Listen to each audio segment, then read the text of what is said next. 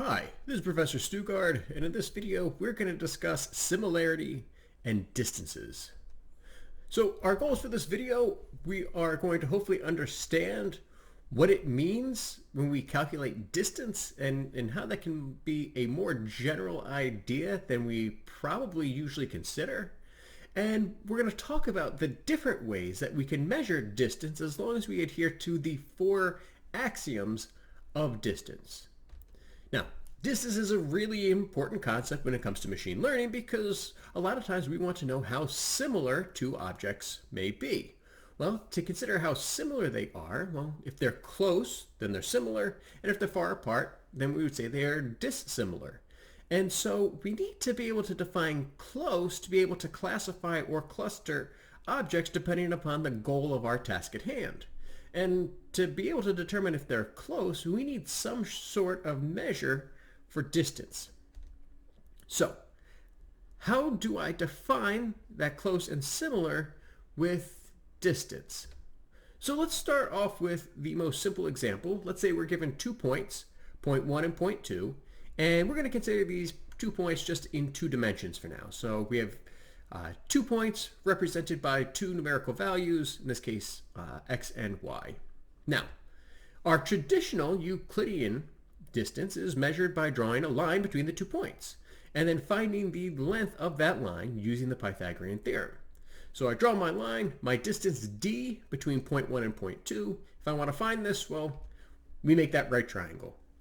I find how far I have to move in the x direction, how far I have to move in the y direction, square those 2 values, sum them, and then take the square root, the famous Pythagorean theorem. Now, the nice part is the Pythagorean theorem actually works even if you extend it up into multiple dimensions. And in fact, all of my distance definitions are going to work in multiple dimensions as well. To extend the Pythagorean theorem into, say, a third dimension, what we would do is need to find the distance between those 2 points in that third dimension, find that distance, square it, sum it with the other distances, and then take the square root of the whole thing. So again, we can expand this to as many dimensions as we want, even 6 dimensions. We can't picture 6 dimensions in our head, but I can actually use the Pythagorean theorem and Euclidean distance to still find out how far apart 2 points are, even in a multi-dimensional space. Now, what if I can't move on a diagonal, or what if I can't move directly between the 2 points? So in this case where we're in 2 dimensions, what if I can only move left and right or up and down? Well, in this case, we are calculating what's known as either the Manhattan distance or the taxicab distance. So I was always told this, when I was taught this, it was the taxicab geometry. But anyway, we also call it the Manhattan distance because if you imagine yourself in Manhattan trying to get a taxicab and you have 2 different points on opposite ends of the city, well, unless you're a bird, you can't just fly directly there. You would have to follow the streets and the avenues, which means you can only move left, right, and up and down. So what we'd have to measure to find the Manhattan distance between these 2 points is how far do I have to move left, right, or in this case in my x direction, how far do I have to move up, down, or in this case my y direction, and then I'm going to sum both of those. And so it's, again, a total measure of the distance I would have to travel left and right. Now, one of the cool parts about this is that if you were actually to fill this in as a grid, like, say, New York City, you wouldn't necessarily have to do all your left in one go or all your up and down in one go. You could actually kind of do a step, and you'll see it adds up to the same thing. And I encourage you, get out some graph paper, draw a grid, verify, make sure that you understand that that would be the same thing. But for now, let's just kind of move on and talk about, well, we've just seen 2 different ways I can measure distance. How can I actually generalize this mathematically to define distance in different ways? Well, to measure distance, we have to follow 4 different axioms. The first one being indiscernibility, or the distance between any point to itself must be 0. So again, that should be pretty straightforward. What's the distance between a point and itself? Well, 0. You didn't have to move at all to get there. The other half of this is actually probably the more interesting part, and that's if you measure the distance between 2 points and the distance is 0, that implies that those points must be the same. All right, so if the distance between 2 points is 0, then those 2 points must be the same, and that is the indiscernibility axiom for distance. The next one is our non-negativity axiom, and basically distances can never be negative. You always need to move in a direction, and that's always going to be a positive move. It's always going to be counting the units that we move. So it always has to be positive or 0 if the 2 points are the same. The third one, again, should hopefully make some intuitive sense, especially based upon the other one, and that's symmetry. Moving from point 1 to point 2, that distance has got to be the same as moving from point 2 to point 1. So no matter which way we move, it should be the same distance either way. There needs to be symmetry. The last axiom is one of the more challenging ones, and that is the triangle inequality. And this must hold if we're given 3 separate points. So I'd like to demonstrate the triangle inequality here. So let's say we're given these 3 points, point 1, point 2, and point 3, which given any 3 points, they pretty much have to form a triangle or a line. But in this case, they form a triangle. What the triangle inequality states is that if you measure the distance from point 1 to point 2, and then you measure the distance from point 2 to point 3, the sum of those 2 distances must always be greater than or equal to moving directly from point 1 to point 3. All right, so if we form a triangle, the 2 legs of the triangle must always be larger than or equal to the length of the last leg, no matter how you shape your triangle. Now, the or equal to part would be if the 2 points are exactly the same. So we can see that if we were to move the 3 points into a line, then, well, obviously they would be equal, right? You add the 2 sections together to get the whole big section. However, again, when we move it into a triangle, hopefully we can see that as we move into that triangle shape, each of those legs must get longer, so the sum has got to be bigger. So again, the triangle inequality states that the sum of 2 of the legs must be larger than or equal to, if it's that line, the 3rd leg of your triangle. So again, that's kind of the most tricky one to look at when we talk about distance metrics. Now, as long as we follow those 4 axioms, however, we can define distance in many different ways. So there's also the Chebyshev distance, and this is also sometimes called the maximum value distance. And so this only considers the maximum distance between any pair of components. So basically you have 2 points of data. We look at the difference between each one of the variables or each one of the parameters of each of those points. And then we only consider the furthest distance between all of the parameters. So in this case, again, we're going back to our examples with point 1 and point 2. I take a look at the distance in the x direction between the x coordinates. I look at the distance between the y coordinates. And I'm only going to consider which is the biggest of those 2 distances.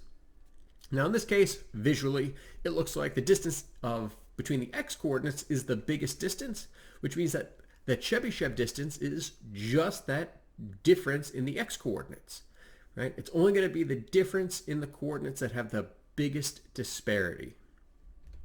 Now, we can actually generalize all 3 of these distances, the Euler, the Euclidean distance, the Manhattan distance, and the Chebyshev distance by using the Minkowski distance. Basically, this guy was able to generalize all 3 of these. We generalized the Minkowski distance given p parameters or p variables or p dimensions. We take the pth root of summing up the differences in the components raised to whatever that power is. And so, again, if there's just one, that's the Manhattan distance. Because think about it in 1 dimension, we just have a line. How far is it from point A to point B on the line? Well, it's just the difference between them, right? Take the first root, that's not even a root. The first power, that's not even really a power. We just find the distance. If p is 2, well, that's the Euclidean distance. We've actually just written out the Pythagorean theorem. It's the square root of the sum of the differences in the components squared, and so on. And then if I raise it to the infinitieth power, then all of a sudden we get the Chebyshev distance. So this is just a way to generalize it.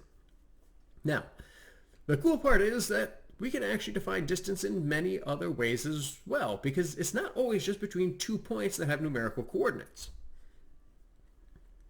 So, What if I have two vectors? Well, if I want to find the distance between two vectors, I can also use what's called the cosine similarity distance, or really I'm just using the dot product theorem, where we can measure the distance between our two vectors by measuring that angle between the two of them.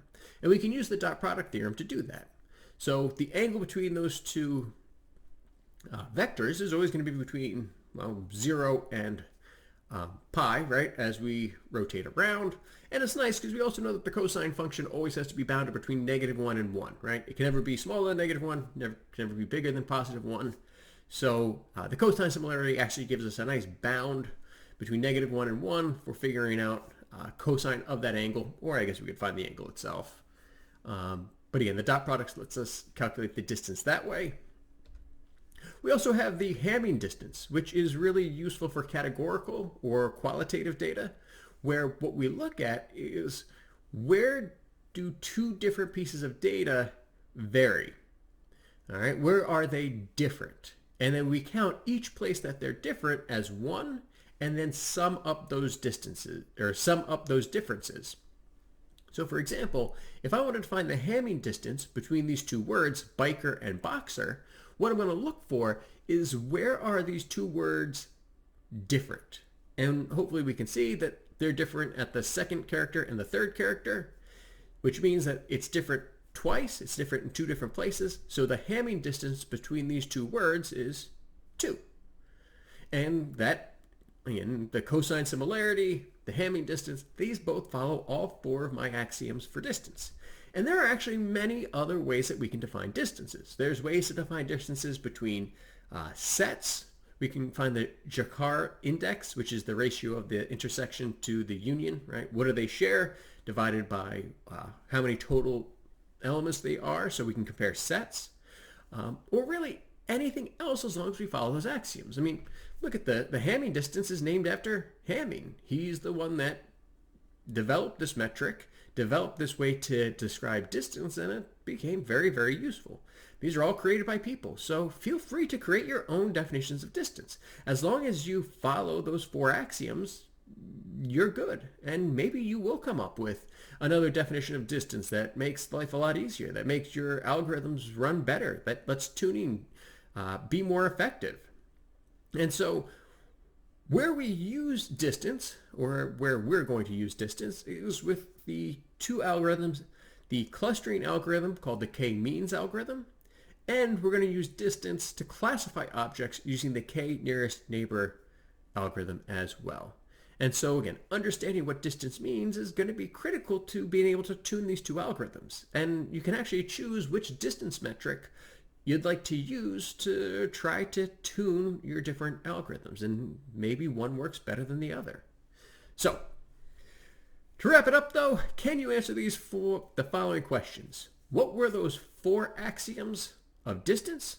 And then the 2 most popular ones are the Euclidean distance and the Manhattan distance. So, can you describe those and tell me how we would calculate both of them? All right, I hope we learned something today, and as always, take care of yourselves.